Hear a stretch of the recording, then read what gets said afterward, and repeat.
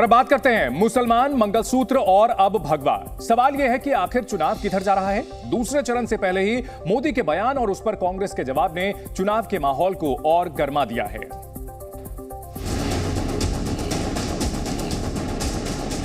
देश में पहले चरण का मतदान हो चुका है। सियासी पार्टियों के बीच प्रचार युद्ध जारी है। अलग अलग मुद्दों पर वार पलटवार हो रहा है। मुसलमान और मंगलसूत्र पर संग्राम शुरू हो गया है। जो मंगलसूत्र होता है उसका सर्वे करेंगे। मेरी मां का मंगलसूत्र इस देश को कुर्बान हुआ है।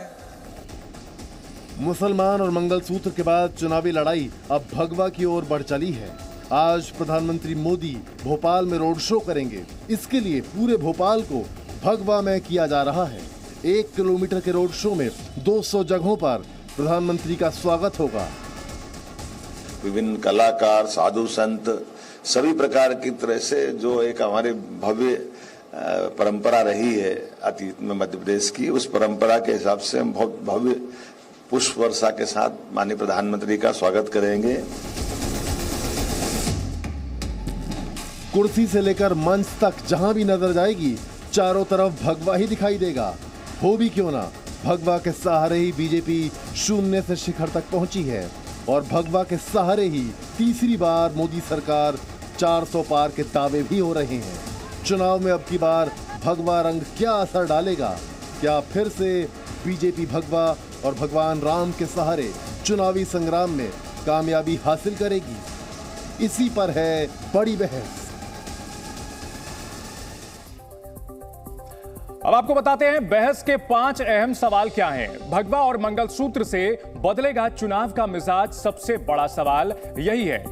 दूसरा बड़ा सवाल, मंगलसूत्र के जरिए क्या महिला वोटरों को साधने की कोशिश है? पीएम ने मंगलसूत्र का जिक्र किया और उसके बाद प्रियंका गांधी ने अपनी मां के मंगलसूत्र की याद दिलाई। राजीव गांधी की जिस तरह से हत्या की गई थी उसकी याद दिलाई है। मंगलसूत्र पर कांग्रेस के पलटवार से क्या फर्क पड़ेगा? तीसरा सवाल, भगवा रोड शो से वोट के लिए ध्रुवीकरण की कोशिश है कहीं ना कहीं बीजेपी की, यह हमारा चौथा सवाल। विकास के बजाय क्या धार्मिक मुद्दों पर ही वोट डाला जाएगा? ये हमारा 5वां सवाल है। और हमारे साथ 3 खास मेहमान जुड़ चुके हैं। हाजिर खान साहब हैं, साथ ही साथ आचार्य विक्रमादित्य हमारे साथ हैं और गौरव चाचरा साहब हैं, समाजवादी पार्टी के प्रवक्ता, वो भी हमारे साथ जुड़ चुके हैं। सबसे पहले आचार्य विक्रमादित्य, इस चुनाव में आखिरकार भगवा को लाने की क्या जरूरत थी? भगवा तो आस्था का विषय है, राजनीति का विषय क्यों बनाया जा रहा है? देखिए, भगवा इस देश की आत्मा है और भगवा को इस देश से अलग करना वास्तविक तौर पे इस देश की आत्मा को ही अलग करना रहेगा। तो यानी शव की बात कर रहे हैं हम।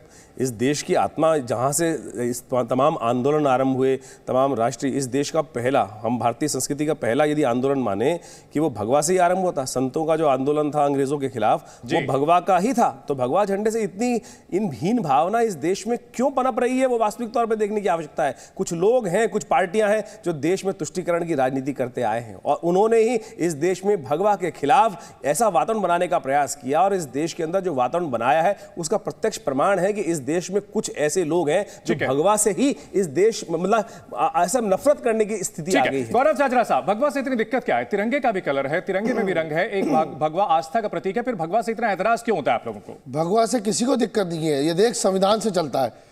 जब हम लोकतंत्र में संविधान की शपथ लेके आते हैं, देश को चलाने के लिए संविधान की जरूरत होती है। ये देश सबका है, हिंदू, मुस्लिम, सिख, ईसाई सबका है। आपसी भाईचारा और सौहार्द बना रहना चाहिए। हम तो खुद कहते हैं कि कैसे देश तरक्की और खुशहाली के रास्ते में जाए, वो काम करना चाहिए। आज महंगाई, बेरोजगारी, महिला अपराध चरम पे है, महंगाई चरम पे है, बेरोजगारी चरम पे, किसान दुखी, नौजवान दुखी, व्यापारी दुखी, उस पर इनका ध्यान नहीं है। जनता के असल मुद्दों से ध्यान भटकाने के लिए भारतीय जनता पार्टी कहीं ना कहीं षड्यंत्र रच के स्ट्रेटेजी के लिए काम करती है। तुष्टीकरण की राजनीति सिर्फ और सिर्फ भारतीय जनता पार्टी करती है, क्योंकि इनको मुझे लगता है वोट बैंक मिलता है, वोट साधने के लिए ऐसे कर्म करते हैं। लेकिन जनता इस बार 2024 के चुनाव में फंसने वाली नहीं है, इनके जुमलों में फंसने वाली नहीं है। जनता आपसी भाईचारा और सौहार्द चाहती है। जनता नफरत करने वाली राजनीति लेकिन इकोनॉमिक डिस्ट्रीब्यूशन की बात तो आपके गठबंधन के साथ ही देखी ना कि भाई पैसा लेके बांट देंगे।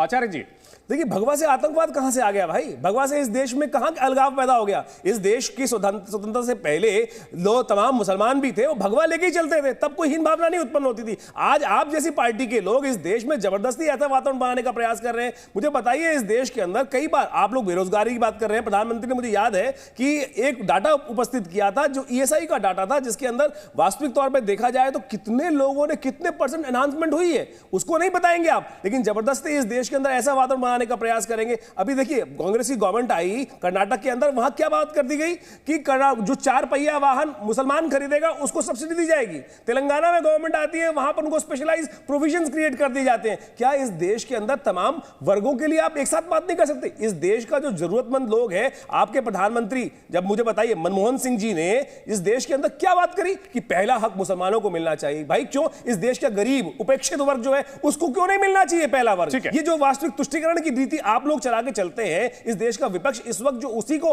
पुराने कार्ड को खेलने का प्रयास कर रहा है, जो तमाम जनता है ना उसको उठा के पहले फेंक चुकी है और अब उसके बातों में आने वाली नहीं है। भगवा के साथ साथ चर्चा मंगलसूत्र की भी काफी हो रही है। प्रधानमंत्री नरेंद्र मोदी ने जिस तरह से राजस्थान की बांसवाड़ा रैली में अपने विरोधियों पर, खासतौर पर राहुल गांधी पर जिस तरह से निशाना साधा, मंगलसूत्र का जिक्र किया, उसके बाद प्रियंका गांधी ने भी जवाब दिया। सुनाते हैं आपको दोनों बयान।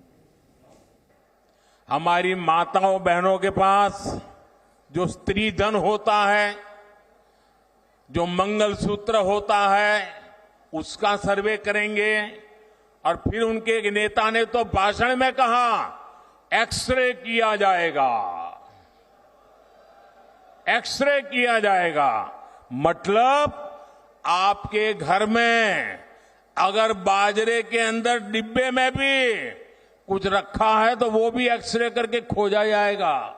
और उनके नेता ने पब्लिकली कहा है, और फिर आपकी सारी संपत्ति, जरूरत से ज्यादा जो भी होगा वो उनका कब्जा करेगी उनकी सरकार, कहते हैं।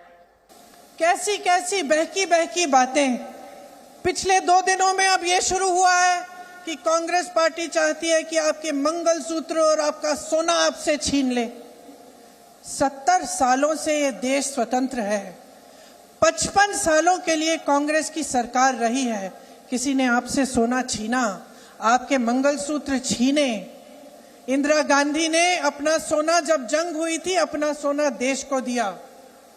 मेरी मां का मंगलसूत्र इस देश को कुर्बान हुआ है। और अगर मोदी जी मंगलसूत्र का महत्व समझते तो वो ऐसी अनैतिक बातें नहीं करते। हमारे साथ बीजेपी प्रवक्ता शिवम त्यागी भी जुड़ चुके हैं। शिवम, मां का मंगलसूत्र आ चुका है अब डिस्कोर्स में, क्या कहेगी आपकी पार्टी?